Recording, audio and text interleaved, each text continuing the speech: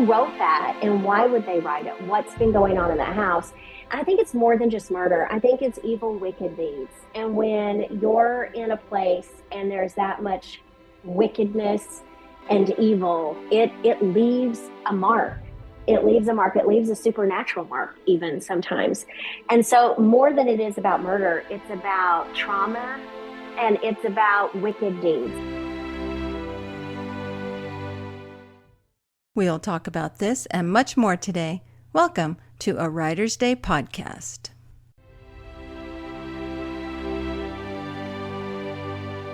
Hey everyone, welcome back to Writer's Day podcast. My name is Ruth Douthit, and I'm so glad to have you here today to listen to another amazing best-selling author talk about her book, because that's why I started this podcast. For those of us who love to listen and learn more about the writing craft and listen to best-selling authors, it's exciting. So welcome. And if you like what you hear today, please head over to YouTube and subscribe and follow me on Spotify and leave me a comment. I'd love to know what you think of today's episode. And be sure to head over to artbyruth.com to sign up for my newsletter to find out more about my next release, A Shadow of Hope, a suspense story. And also you'll learn more about my upcoming projects too.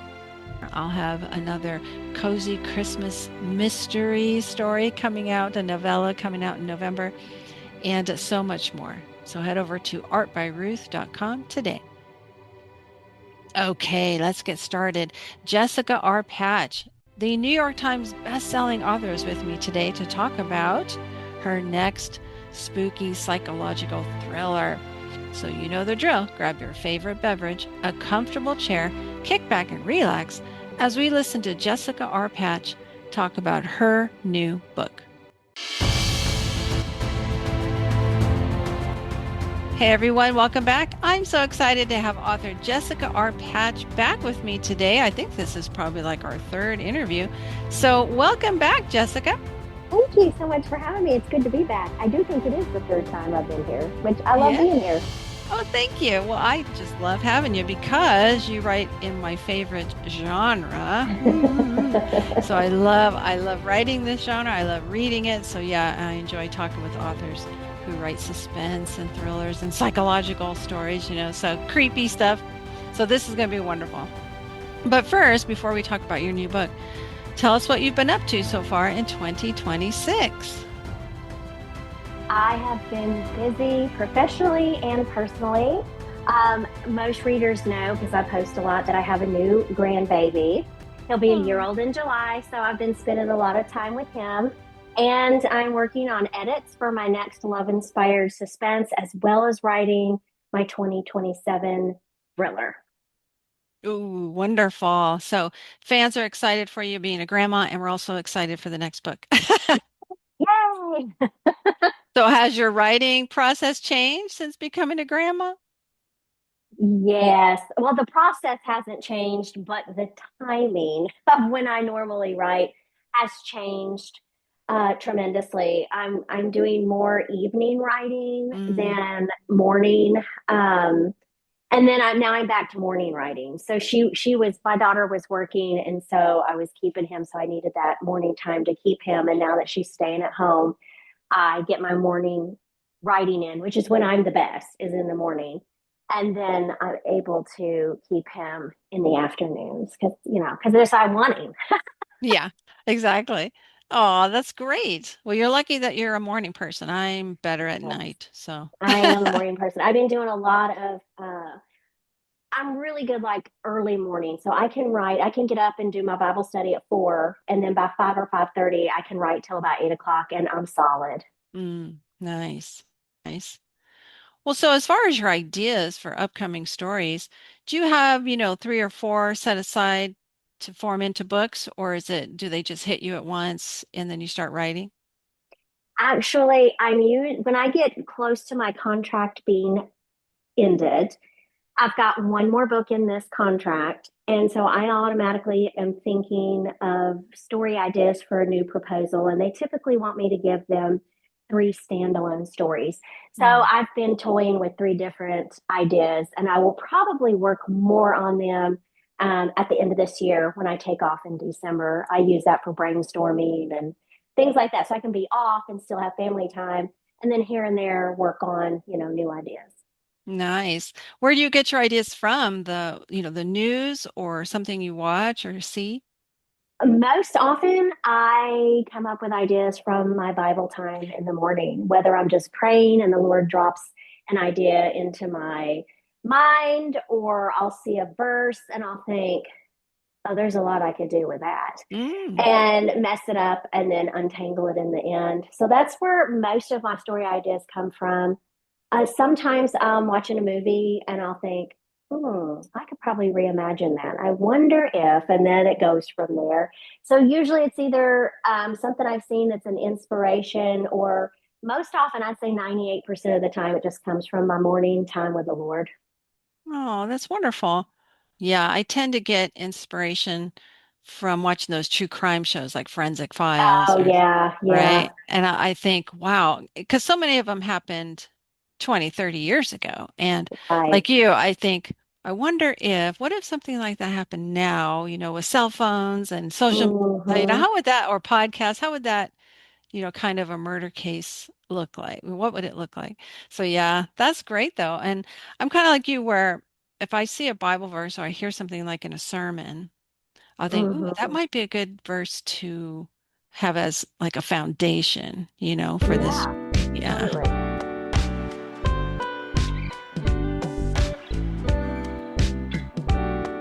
Well, let's talk about your new book that comes out soon, The Girl Upstairs. Tell us about Okay. this amazing story. The Girl Upstairs is so much fun, and it came from my long, long time of wanting to write about a murder house.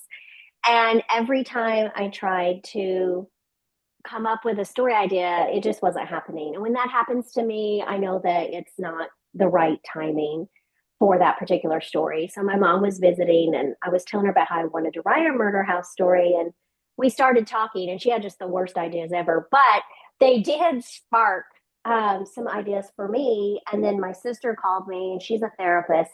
So I go to her a lot for as I write psychological thrillers, and when I'm dealing with people with trauma, I talk to her often about those kinds of things. And so I got to talking to her, and she had this really fun twist. And I thought, well, let's just see. I don't know if I can make that dog hunt.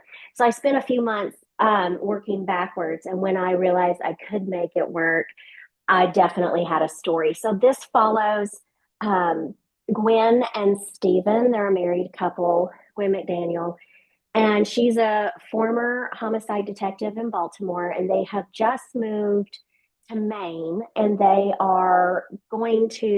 bought this fixer upper. And so she's going to start remodeling. It's a fresh start for their marriage. There are marriage issues, there's personal issues going on. And she finds out that a hunter has found a bone on her property, Mm. and the police are saying that it's an animal bone, but the hunter is saying it absolutely is not. And so now she's going to find out what's going on. So there's a cold case, but there's also some weird and creepy things going on inside of the house that's very disturbing. And the house has a very dark history. So while she's looking into the dark history, she's also looking into a cold case. And then she meets a friend who gives her some other cold case information. And so all of these three stories start piecing together. And that is The Girl Upstairs. Nice. Ooh, I love that.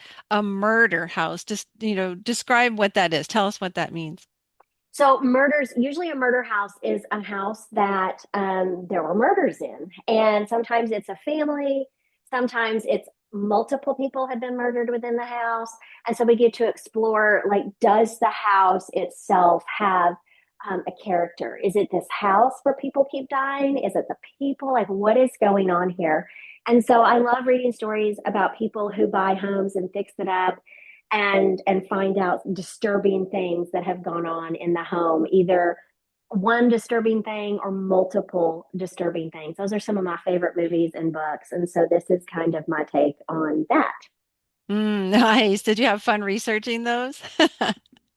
I actually didn't research murder houses. Now I am fully aware of some. I didn't research, well, when I was writing Her Darkest Secret, I did go into Memphis and I researched a historical home, Mhm. and it was, very, according to them, covered in ghosts. I personally don't believe in ghosts, but they were telling all these haunted stories about things and the people who had died in the house, and so that probably lended to it. And movies I've seen and stories over the years, but to just go in and dig into the past, I didn't do that. I grew up in a house that had a dark history, and I did pull on some of the things that happened in my childhood home prior to us living there. So I did pull from that a little bit.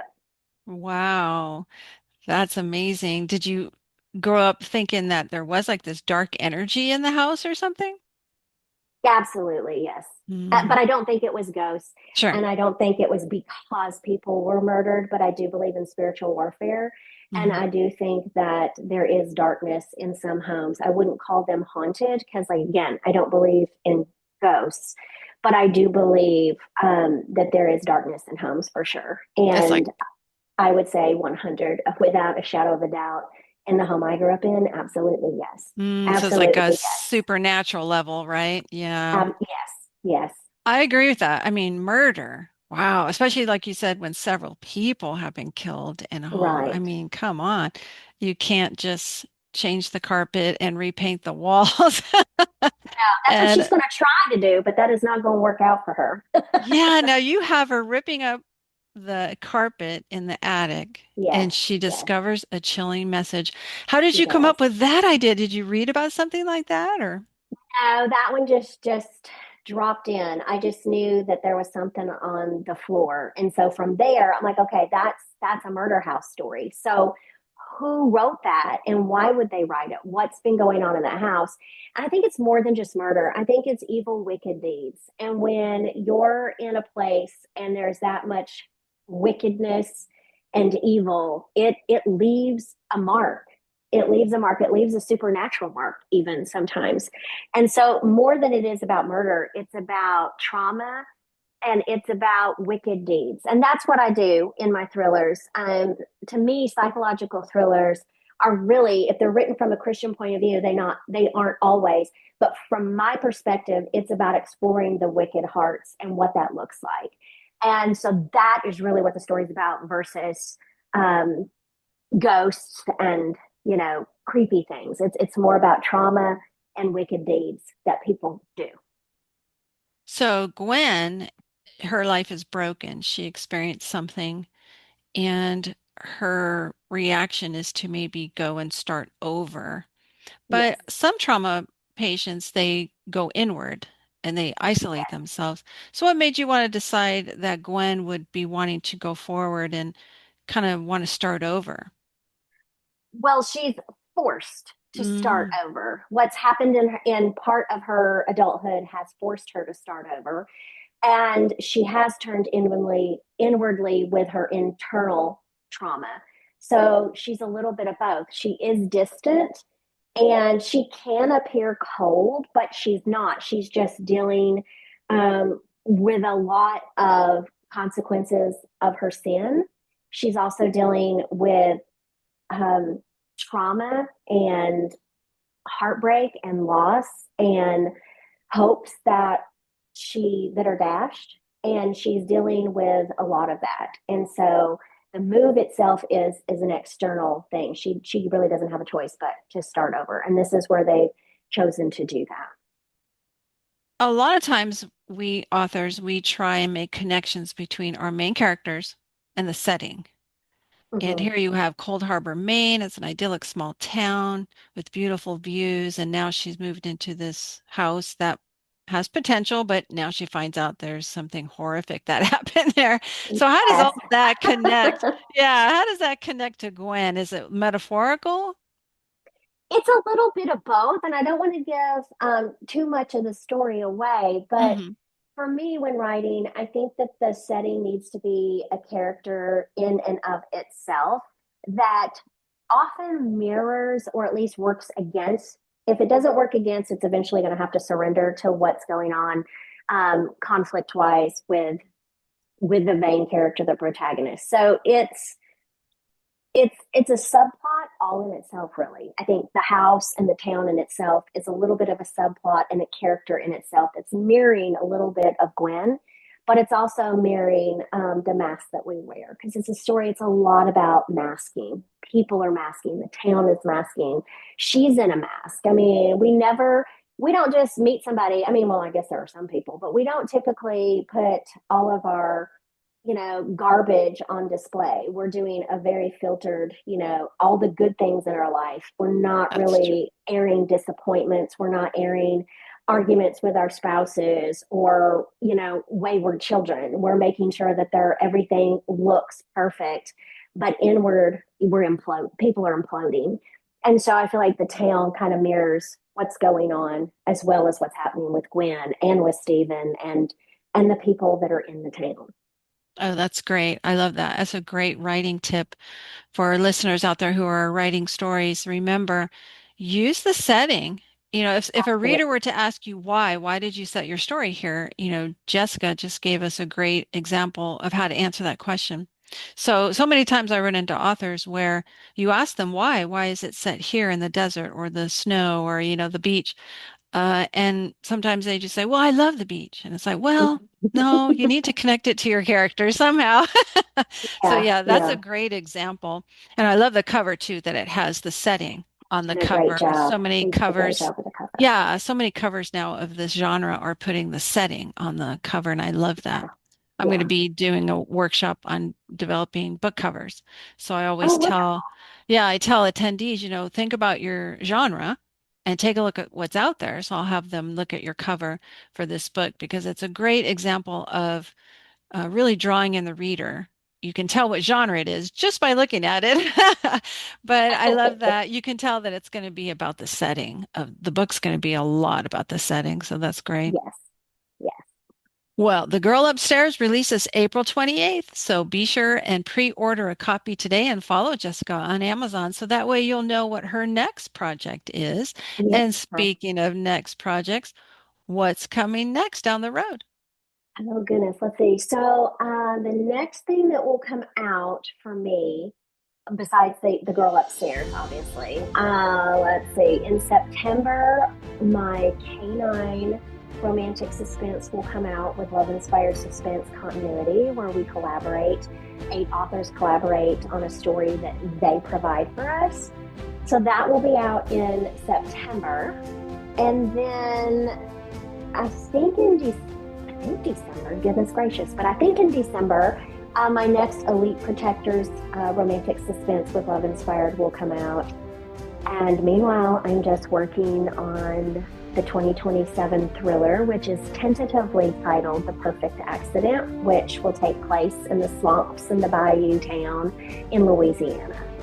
Ooh, nice. That sounds great. Well, folks, head over to Jessica's website to sign up for her newsletter so you can learn more about her. And like I said, follow her on Amazon. So that way, when her books are about, ready to be pre-ordered, you'll be notified via email. I love that about Amazon that it does Me that. too, me too. So right now, head over and pre-order your copy. And that way on April 28th, bling, your Kindle will automatically be populated with this amazing story. And I'm definitely going to pre-order it because that's right up my alley. I love creepy house stories. I do too. Well, Jessica, this has been a delight. Thank you for joining me today. And I hope that you have a blessed time with your beautiful grandson. Thank you so much for having me. It's been fun. I love talking with Jessica about her books. She's so great at coming up with these amazing stories. Doesn't The Girl Upstairs sound incredible? My kind of book, so I can hardly wait to order it. And you can order it right now at Amazon. And be sure to follow Jessica. And I thank you so much for listening. I hope that you've been encouraged with how she uses the setting of her story to connect with her character. We need to be doing that too in our stories. Really find a way to have that dark moment in your character's past that connects and explains what they're doing right now. So be encouraged. Keep going on your writing journey, overcoming those obstacles, because like I always say, someone out there needs to read your story. But most of all, I thank you for listening today. And until next time, God bless.